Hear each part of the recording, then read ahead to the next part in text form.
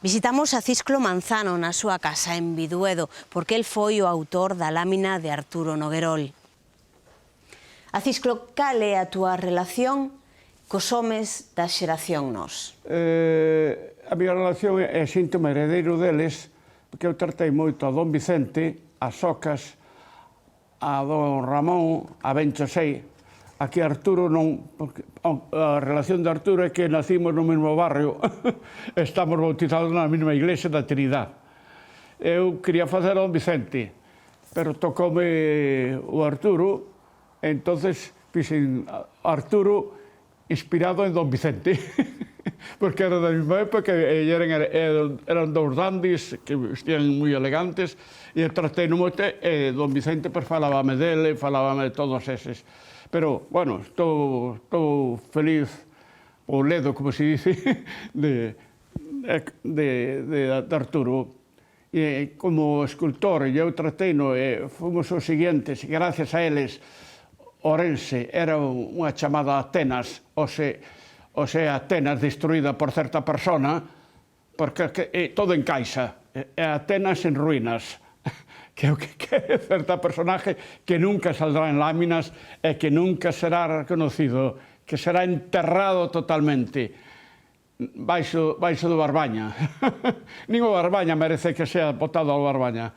Contame como foi a relación dos artistiñas de Quesada, de Buciños, de Acisclo, coa xente de Nós. Éramos da mesma generación e do mesmo pensamento político e artístico. Quer dizer, nosotros éramos artistas porque don Vicente éramos rapaces máis novos.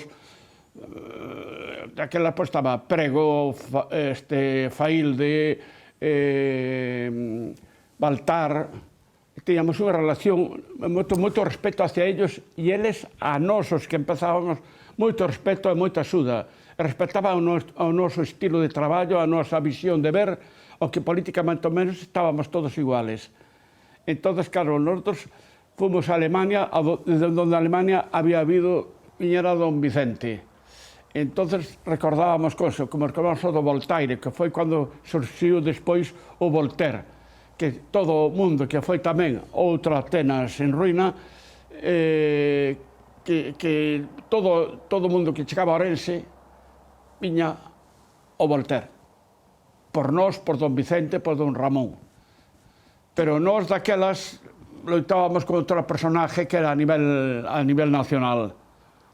Se hoxe estuéramos en vida, penso que esta persona non estaría aí. Hoxe, se estuéramos nós cas forzas. Pero ora, xa me quedei solo. Foronse marchando e deixaron a min. De heredero, a mí heredei os enemigos de todos os meus amigos. E crees que Ourense volverá a rexurdir?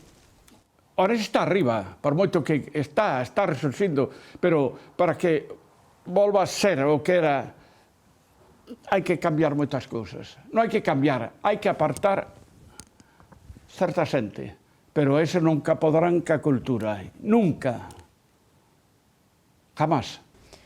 Acisclo, contame un pouco entonces que é o que estás preparando agora mesmo con estas pezas. Mira, como ahora xa estou nos 80, é década dos 80, e ora estou no 81, e quedame 9 anos por 90, aí teño o tope de momento, nas vísperas dos 90 acordarei se chega aos 100. Entón, todos estes traballos son para celebrar a miña década 80, todos estes anos que a escultura me deu a min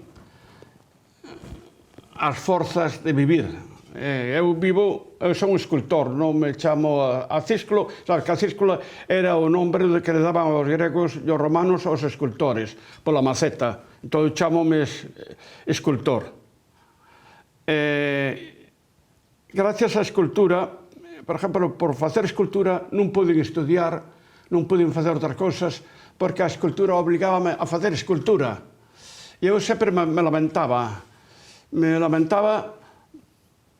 por non haberme gustado ser médico, poeta, que era o que iba a poeta, pero acabei escultor. Entonces a escultura premioume. Como me premiou? Dándome o título de bachiller de honra.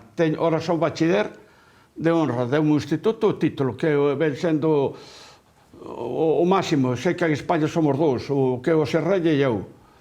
E depois, académico de Bellas Artes, premios, a medalla de Ourense, o Tero Pedrallo. É a escultura que me devolveu todo eso. Pero non estou... Ainda non fixen o que teño que facer. Agora eu teño que, a escultura, demostrarlle que eu son escultor. E darlle as gracias. Eu só lle dou as gracias a escultura. Eu vivo para a escultura vive para min. Son todo isto. E aquí está todo mezclado. Unhas son dunha época, outras son de outra, e son varias exposicións. Estas, en principio, estas son eremitas.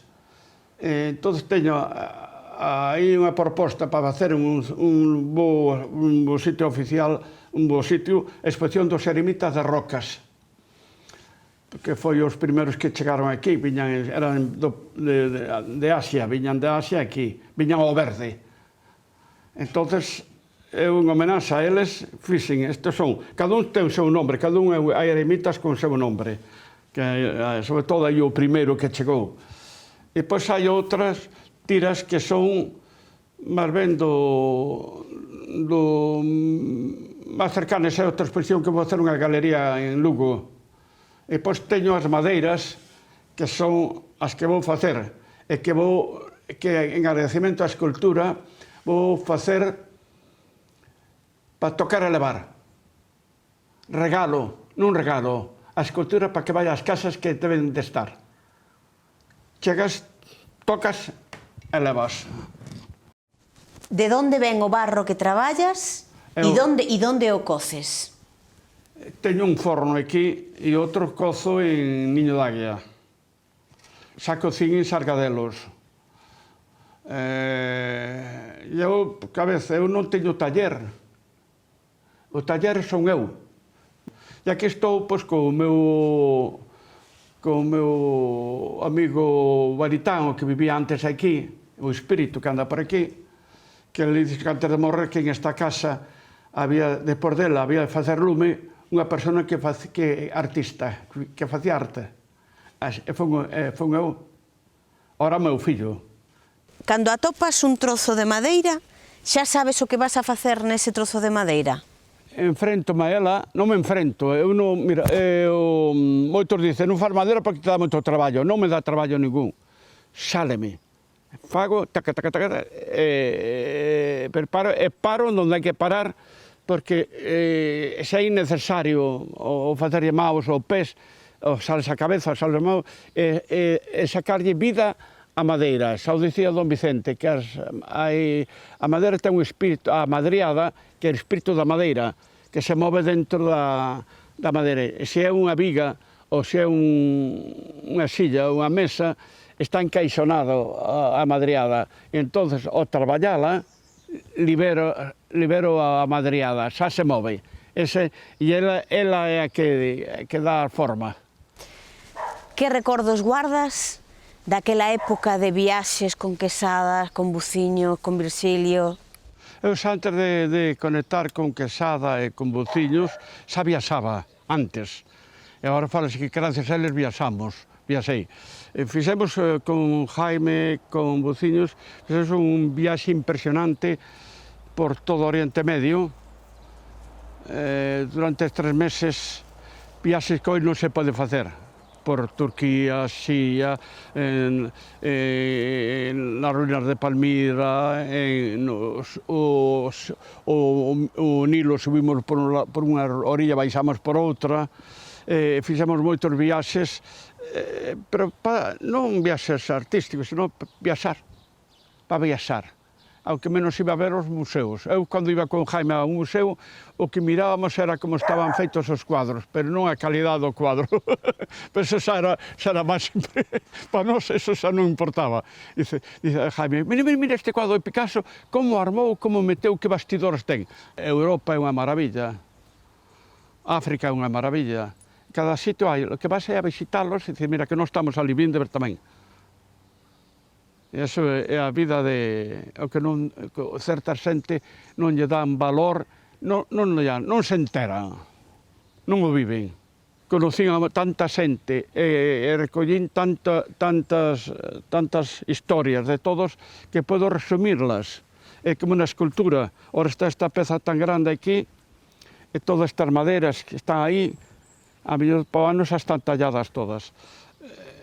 Que a miña misión sempre dixen, hasta que consiga facer a miña obra, unha obra do tamaño dunha noz, non quedaré tranquilo. Que resumido, quer dizer, todos estes traballos son para facer un. Son vivencias para unha historia. E como a poesía, con 2 palabras, contas unha gran historia. Na escultura eu quero contar as historias en formas na madeira, en barro, no que sexa. Acisclo, gracias por acollernos na túa casa e neste lugar tan máxico. Moitas gracias a vos, a todos vos, por virme aquí e que eu poda expresarme a parte de formas, en palabras, que non son moito de palabras. Teño moito respeto pola palabra, pola poesía. Entón fago escultura. E gracias por virme a reconocelo. Un placer. Gracias. E aí vai.